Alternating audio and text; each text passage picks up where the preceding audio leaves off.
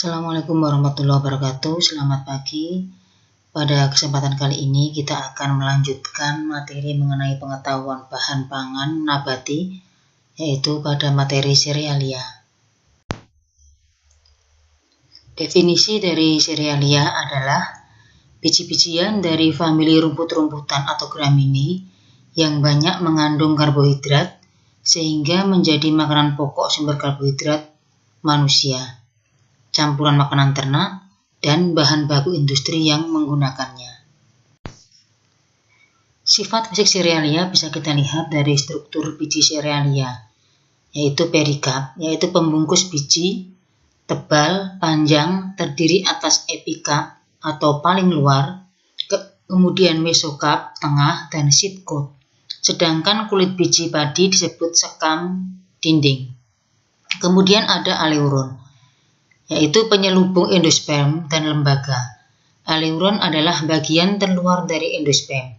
Di sini terdapat protein dan lipida. Kemudian masuk lagi ada embrio, yaitu bagian terkecil dari biji cerealia dan merupakan penentu pertumbuhan. Pada tanaman padi, butir biji dan embrio dinamakan beras.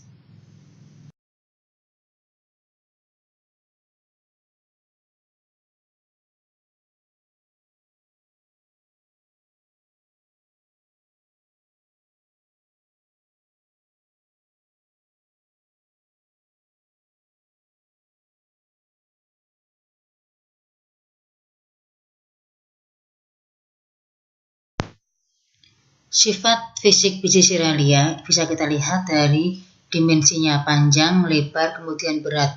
Masing-masing cerealia memiliki karakteristik sendiri-sendiri. Misalkan beras, jagung, gandum, sorghum, rai, dan oat masing-masing memiliki karakteristik baik panjang, lebar, maupun beratnya. Komposisi kimia cerealia itu karbohidrat itu terdiri dari pati, pentosan, selulosa, hemiselulosa, dan gula.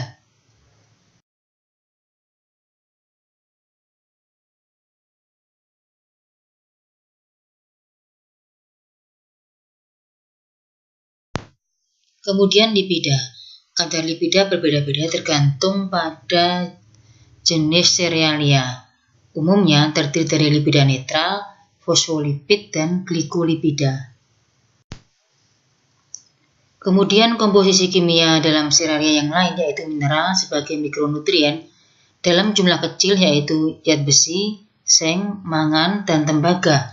Sedangkan mineral dalam jumlah yang besar yaitu kalium, fosfor, belerang, magnesium, klorida, kalsium, natrium, dan silikon.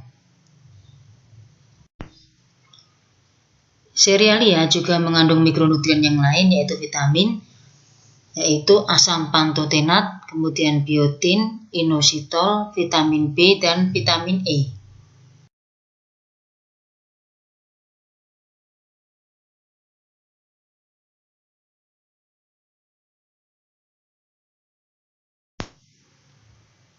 Cerealia ada bermacam-macam, dan dalam slide selanjutnya akan kita bahas beberapa macam cerealia.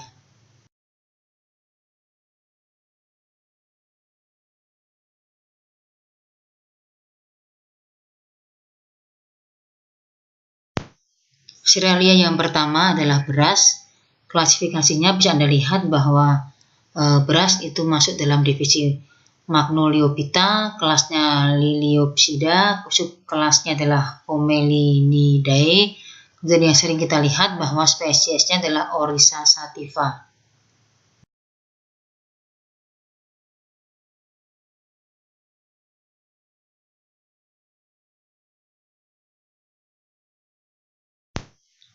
Jenis cerealia yang lain yaitu jagung, ciri-cirinya adalah panjang, kemudian berisi, dan ada buahnya. Klasifikasi ilmiah yang sering kita dengar dalam kehidupan sehari-hari adalah spesiesnya yaitu Siamese.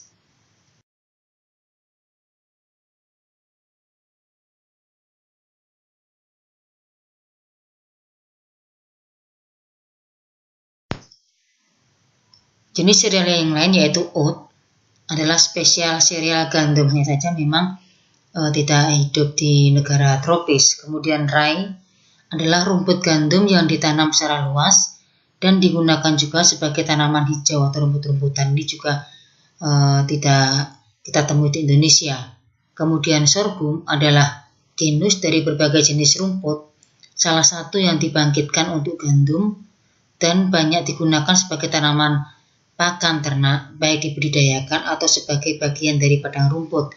Dan saat ini juga sudah mulai dikembangkan, terutama di Indonesia Timur atau Nusa Tenggara Barat, sorghum ini karena juga memiliki potensi yang besar sebagai sumber karbohidrat.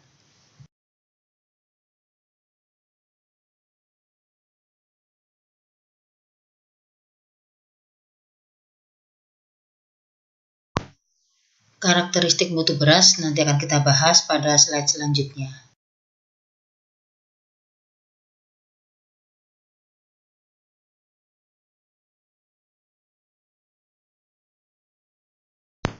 Beras memiliki mutu pasar. Standarisasi mutu beras itu ada dua, berdasarkan ukuran dan berdasarkan bentuk. Berdasarkan ukuran kita bisa melihat bahwa biji digolongkan menjadi beberapa ukuran, yaitu biji sangat panjang, biji pendek, dan biji sedang. Sedangkan standarisasi mutu beras berdasarkan bentuk, maka dibagi menjadi beras biji lonjong, beras biji sedang, beras biji agak bulat, dan beras biji bulat.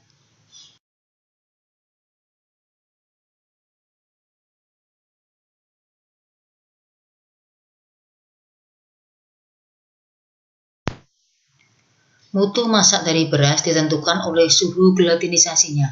Dikatakan mutunya rendah ketika suhu gelatinisasinya lebih kecil dari 70 derajat Celcius.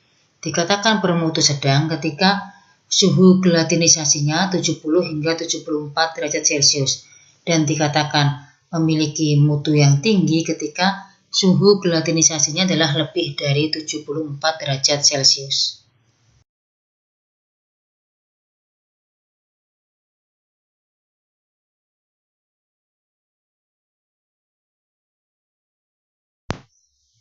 Mutu rasa dari beras itu ditentukan oleh rasio antara amilosa dan amilopektin. Kandungan amilosa mempunyai korelasi negatif terhadap nilai taste atau nilai rasa panel dari kelekatan, kelunakan, warna, dan kilap nasi. Mutu rasa yang baik bagi penduduk Indonesia adalah beras dengan kadar amilosa rendah sampai sedang, yaitu 17 hingga 23%.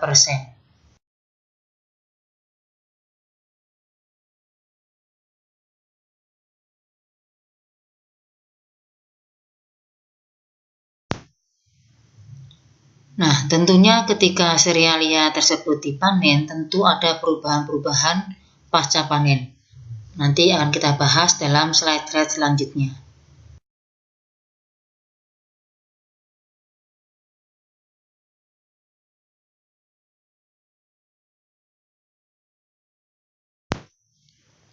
Perubahan pasca panen, yaitu contohnya adalah karbohidrat, maka serealia selama penyimpanan tentu ada perubahan-perubahan. Yang pertama adalah hidrolisa pati karena kegiatan enzim amilase. Yang kedua, berkurangnya gula karena pernapasan, karena tentunya beras itu juga masih merupakan makhluk hidup yang masih melakukan respirasi. Yang ketiga, terbentuknya bau asam dan bau apek karena kegiatan mikroorganisme, terutama jika tidak didukung dengan kondisi lingkungan yang tepat. Yang keempat adalah reaksi pencoklatan bukan karena enzim.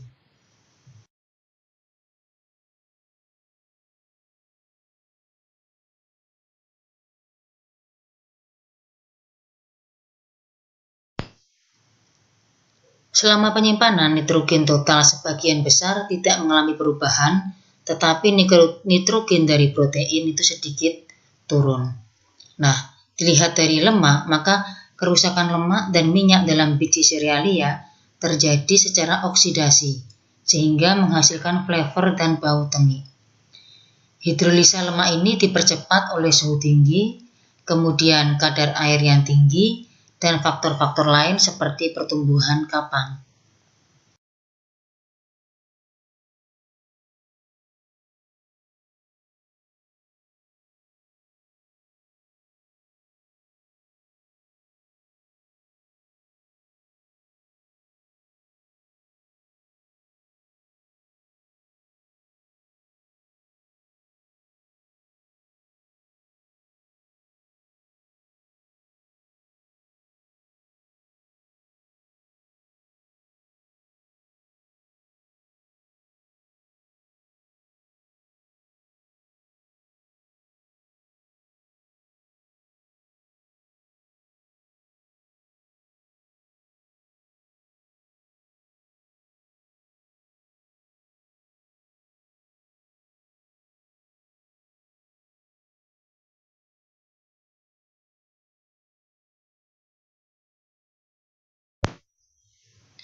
Selama penyimpanan atau perubahan pasca panen juga ada perubahan sifat organoleptik.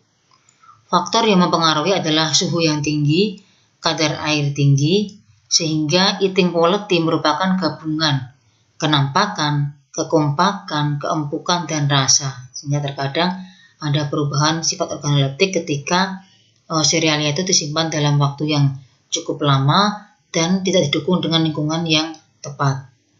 Kemudian juga ada perubahan sifat fisikokimia. Perubahan meliputi air yang dibutuhkan, padatan yang terlarut, dan sifat pasta pada saat pemasakan. Beras yang sudah disimpan lama itu akan mengabsorpsi air lebih banyak daripada beras yang masih baru.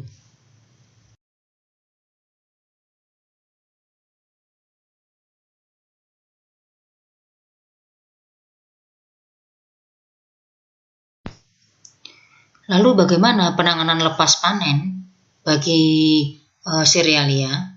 Nanti akan kita bahas pada slide-slide berikutnya.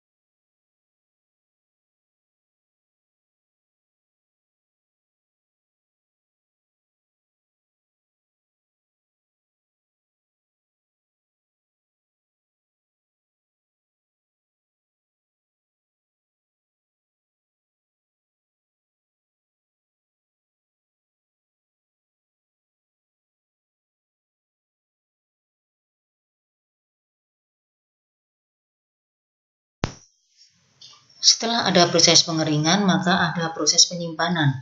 Nah, dalam penyimpanan serealia harus mampu mempertahankan sifat-sifat baik bahan yang disimpan, misalkan daya tumbuh, kualitas yang baik.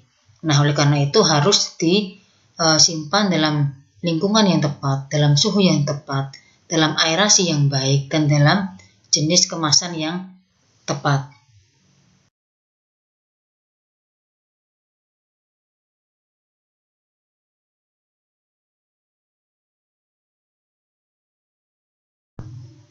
Nah, ada beberapa isu yang terkait dengan serealia ya, yang mungkin pernah kita dengar baik di media massa atau mungkin malah justru kita pernah mengalaminya.